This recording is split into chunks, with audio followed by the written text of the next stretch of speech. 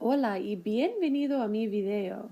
Today we're looking at a little rule about how to conjugate certain words in the yo form of the preterite, el preterito, or the past.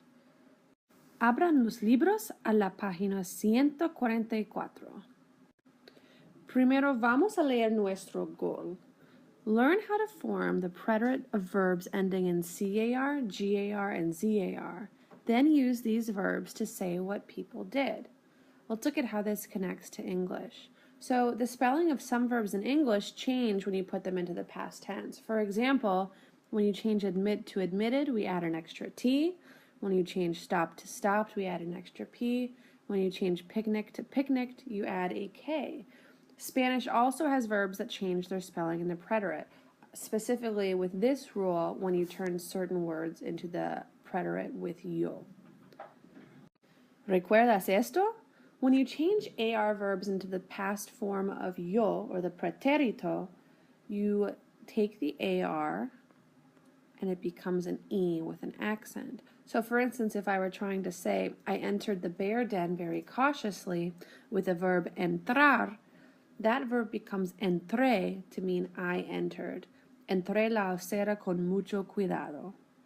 The rule we're learning today shows how with certain AR verbs, this same conjugation doesn't happen. It happens a little differently.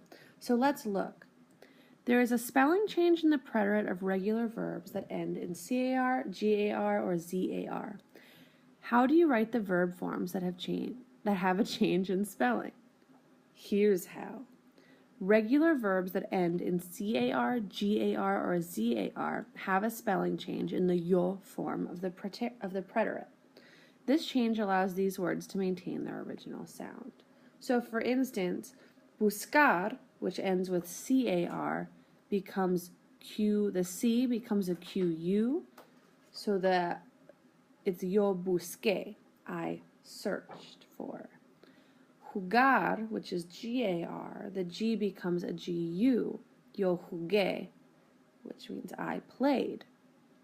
Almorzar, the Z becomes a C, yo almorcé, I ate lunch. So with car, gar, and zar, AR verbs, when you conjugate it into the yo form in the preterite, these letters have to change, and that's just a rule you need to remember. So let's look at the examples and sentences. Busqué el bloqueador de sol. Él buscó las toallas. I looked for sunscreen. He looked for towels. So notice it's only changing in the yo form. For the el form, we keep the SC. Let's look at another example. Jugué al béisbol. Ellas jugaron al fútbol. Same thing here. For the yo form, I played baseball. We're changing the G to a GU, but it's staying the same for all the other conjugations. Jugaron. They played soccer. Last one. Almorcé a la una. ¿A qué hora almorzaste tú? I ate lunch at 1 o'clock. What time did you eat lunch?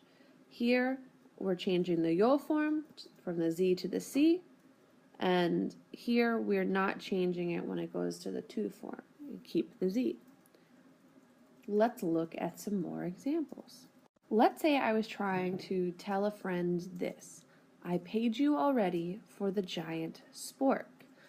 I want you to think right now, how would you change the verb pagar to say I paid? How do we call? You have to conjugate it into the preterite and into the yo form of the preterite.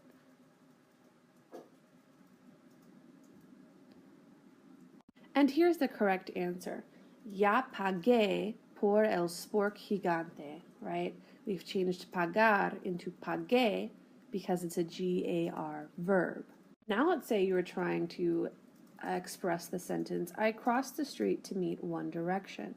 The RIP is there because they're broken up, not because anyone is dead. How would you change cruzar to be I crossed in the past?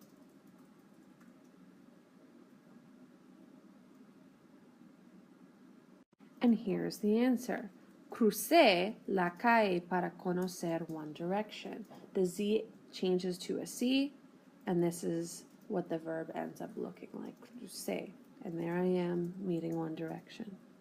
Finally, with the verb tocar, I want to say I play the didgeridoo every day. How can I change tocar to be in the yo form of the preterite?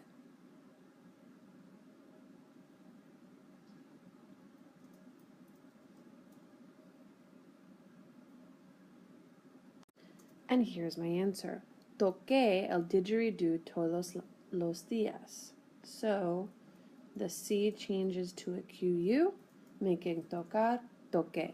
And there I am playing the didgeridoo. ¿Comprendes? I hope this rule was clear and that you enjoy doing the exercises in your book that follow this video. Have the best day of your lives.